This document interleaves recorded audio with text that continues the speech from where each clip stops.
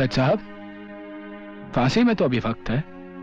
आखिरी ख्वाहिश पूछने बहुत जल्दी चले आए। मैं तुम्हारी आखिरी ख्वाहिश पूछने नहीं आया हूं, बल्कि तुम्हारे अंदर सोई हुई जीने की ख्वाहिश को जगाने आया हूं। कानून का सिपाही एक कातिल का मसीहा बनकर आया है। जज साहब, मुकद्दर के फैसले स्कूल के बच्चों के स्लेट पे लिखे नहीं जाते, जिसे जब चाहे मिटा दिया। जानबूझकर अपने आप को मौत के मुंह में ढकेल देना मुकद्दर का फैसला नहीं, बेवकूफी का फैसला है। इन कागजात पर साइन करो। क्या लिखा है इन कागजात में? तुम सुप्रीम कोर्ट में अपील कर रहे हो कि तुम निर्दोष हो। दरअसल मैं तुम्हारा केस रीओपन करना चाहता हूं। मैं अपने जुर्म का इकरार कर चुका हूं। कल मुझे फांसी होगी। मुझसे हमदर्दी करके कोई फायदा नहीं जज साहब। सुनील, मैं कहता हूं इन कागजात पर साइन करो। नहीं। तो तुम इन कागजात पर साइन नहीं करोगे? नहीं। जानबूझकर अपने आप को मौत के मुंह में धकेलना चाहते हो? हाँ हाँ हाँ, कितनी बार कहूं मैं आपसे।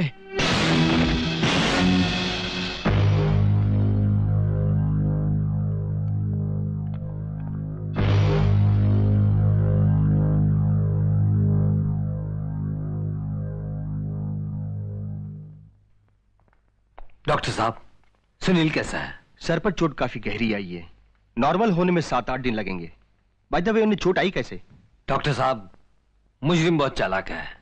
वो जानता है कि कैदी जब तक जख्मी या बीमार हो, उसे तब तक फांसी नहीं दी जा सकती जब तक वो पूरी तरह ठीक ना हो जाए। इसी बात का फायदा उठाकर सुनील ने अपना सर सलाखों से टकरा टकरा कर अपने आप को जख्मी कर दिया, ताकि उसकी जिंदगी कुछ दिन और मिल जाए। क्या मैं उससे मिल सकता हूं? जी हाँ।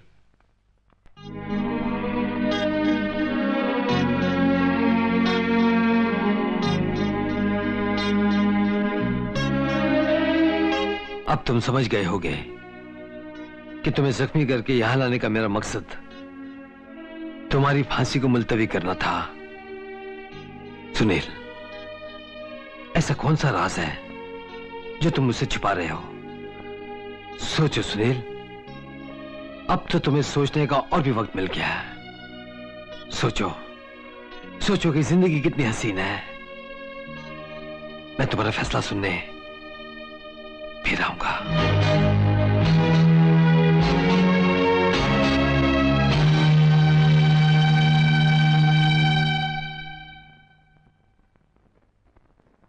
आज तुम्हें जेल ले जाया जा रहा है, जहां तुम्हें फांसी होगी। मेरी पूरी कोशिशों के बावजूद तुमने अपनी जबान नहीं खोली। सुनील, मुझे अपनी हार का दुख नहीं है, मुझे अफसोस तो इस बात का है कि तुम जीती हुई बाजी हार रहे हो। तुम्हारी खामोशी के पीछे क्या राज है वो भी मैं नहीं जानता, लेकिन तुम्हारी मौत पर मुझे बहुत अफसोस होगा, बहुत अफसोस।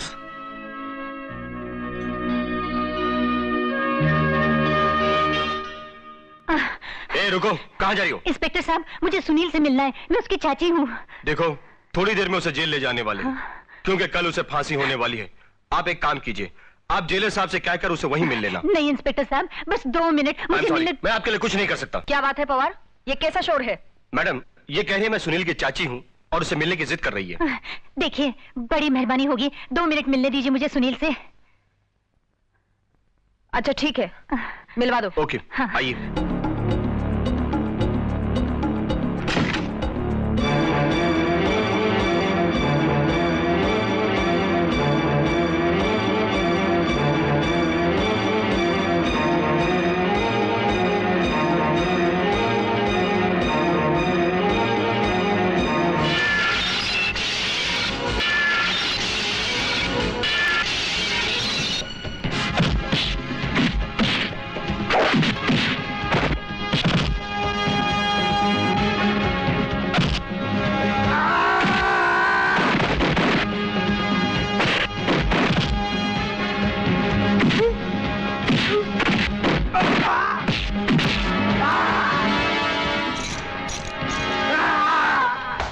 Don't move.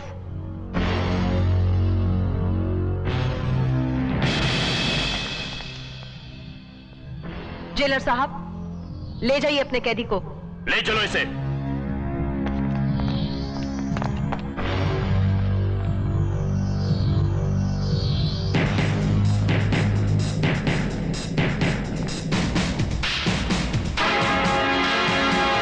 जज साहब, मैं आपसे कुछ बात करना चाहता हूं।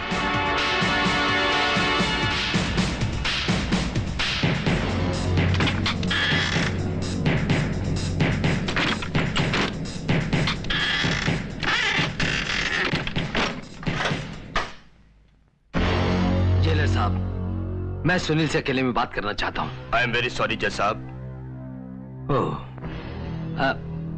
अगर आपको इतराज ना हो तो मैं वैन में बैठकर ही रास्ते में बात कर लूंगा। ठीक है, आइए आप।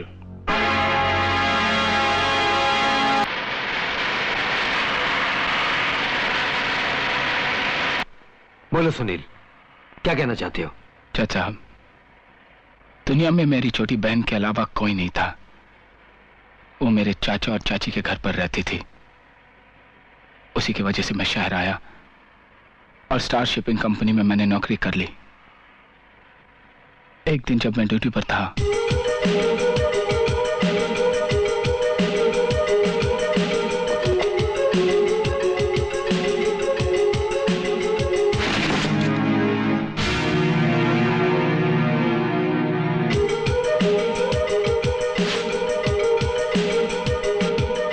मिस्टर गोयल, क्यों खड़े आप लोग? क्या हो रहा है यहाँ पर?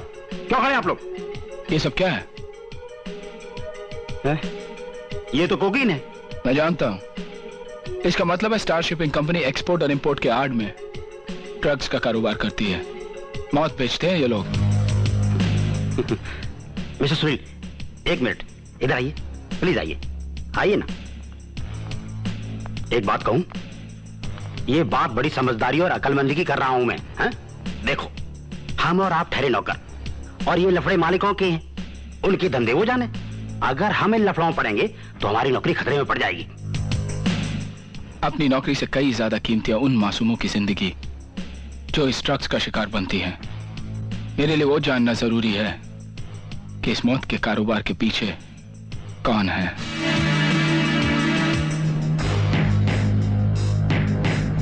कल तक मुझे सिर्फ शक था सुनील, लेकिन आज मुझे पूरा यकीन हो गया है। मैं बोर्ड ऑफ डायरेक्टर की मीटिंग बुलाकर उस आदमी का फैसला कर दूंगा। कौन है वो सर?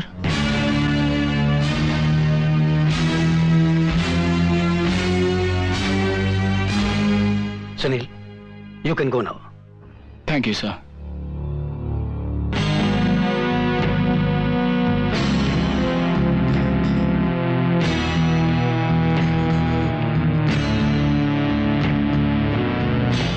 डीवीएम, मुझे तुमसे यह उम्मीद नहीं थी। बिजनेस का सहारा लेकर मेरे साथ इतना बड़ा धोखा किया। ये देखो तुम्हारे काले कारनामों की करतूत। कोकीन। मुझे तुम जैसे फ्रॉड और बेईमान इंसान के साथ ना किसी किस्म की दोस्ती रखनी है, ना बिजनेस में कोई रिलेशन। सुनील साहब, चाची आई है। चाची? हाँ। कहाँ है वो? ऑफिस वाला कमरा है ना, उसके पीछे बिठाया हूं। चाची, सुनील, आप यहाँ? सब ठीक तो है ना? नहीं बेटा, कुछ भी ठीक नहीं है।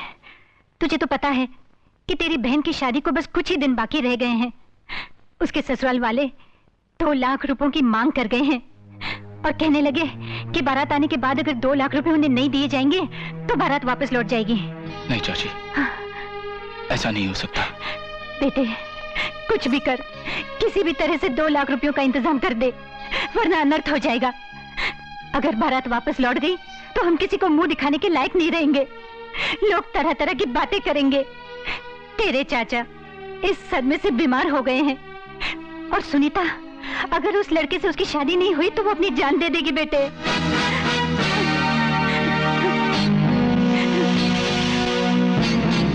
सुनील, दिल छोटा करने की जरूरत नहीं है सुनील। ये 2 लाख क्या है? 5 लाख का इंतजाम हो जाएगा। मैं हूं ना तुम्हारे साथ। इसी लालच में कि मेरी बहन की विदाई हंसी खुशी से हो जाए, मैं डीवीएम के इशारों पे चलता रहा। वो कहता गया, मैं करता गया। अंजाम यह हुआ कि आज मैं फांसी के तख्ते पर लड़कने जा रहा हूं। लेकिन ये बात तुमने अब तक मुझसे छुपाकर क्यों रखी? बात ही कुछ ऐसी है जज साहब, वरना आज भी मैं अपना मुंह बंद रखता। मेरे और डीवीएम के बीच कुछ बात तय हुई थी।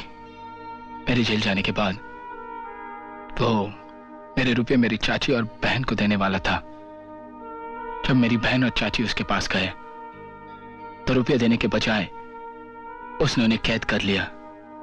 वो ये चाहता था कि मुझे फांसी हो जाए। जब मेरी बहन और चाची को इसका अंदाजा लगा तो वो बेचैन हो गए और उन्हें भागने की कोशिश भी की। डीवीएम के आदमियों ने इन पर गोली भी चलाई। मेरी चाची तो बच गई, लेकिन मेरी बहन बच न पाई। Oh no. आज जब अस्पताल आकर चाची ने मुझे सारी सच्चाई बताई, मैं पागल सा हो गया। डीवीएम ने मैंने उसी बहन को मार दिया जिस बहन के खातिर मैंने सारे इल्जाम अपने सर पर ले लिए। लेकिन तुम्हें मल्होत्रा का खून करते हुए मैंने अपनी आंखों से देखा है। जज साहब, मल्होत्रा का खून मैंने नहीं बल्कि मेरे हमशक्ल डागा ने किया।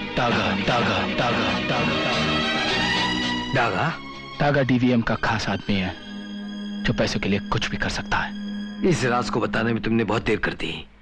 अब कुछ नहीं हो सकता।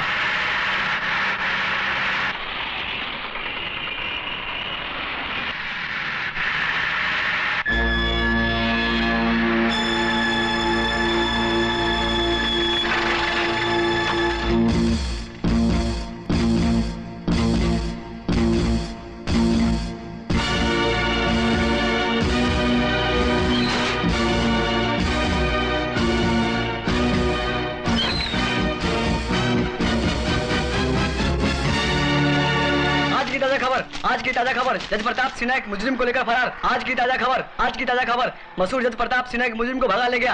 आज की ताजा खबर, जज प्रताप सिन्हा एक मुजरिम को लेकर फरार। आज की ताजा खबर। डीवीएम, ये देखो, हर एक अखबार में प्रताप सिन्हा और सुनील के फरार होने की खबर छपी है। वो प्रताप सिन्हा जिसके नाम के लोग कस्में खाते थे, आज उसी के नाम पे लोग थू-थू कर रहे हैं। प्रताप सिन्हा की बदनामी पर खुश होने की जरूरत नहीं है रंजीते, खुश होने की जरूरत नहीं है। प्रताप सिन्हा बहुत अक्लमंद और शातिर खिलाड़ी है। वो सुनील को फांसी के फंदे से बचाने की मेहरबानी करके उससे सारा राज जानने की कोशिश करेगा और उसके बाद वो डागा की तलाश करेगा। अगर डागा उसे मिल गया ना तो वो दुनिया के सामने हीरो बन जाएगा, साला हीरो बन जाएगा। सबसे पहले हमें डागा से मिलना होगा।